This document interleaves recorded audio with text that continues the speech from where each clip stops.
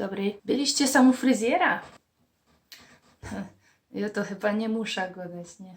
Była, że ich zapisano jako pierwsza klientka w poniedziałek. Ino, że moje auto też miało kwarantannę, bez to już nikaj nie pojechałam. No i teraz jest taka gańba, nawet żeby w żdżadło patrzeć. A propos żdżadła, dzisiaj będzie taka pieśniczka.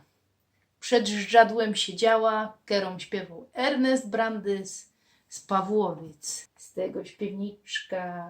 Wii.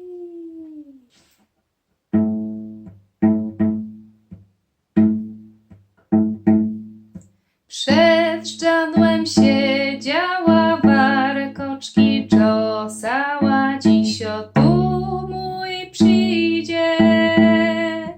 Warkoczki pogładził, on to tak poradzi, w to go tego nauczył.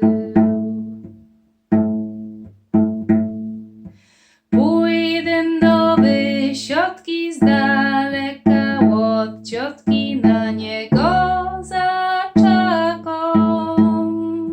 Tam se posiedzymy, cicho poszeptomy, żaden się nie dowi.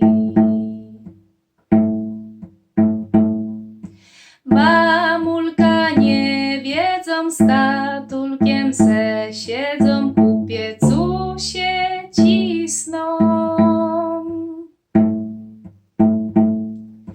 Byś nim choć na mrozie,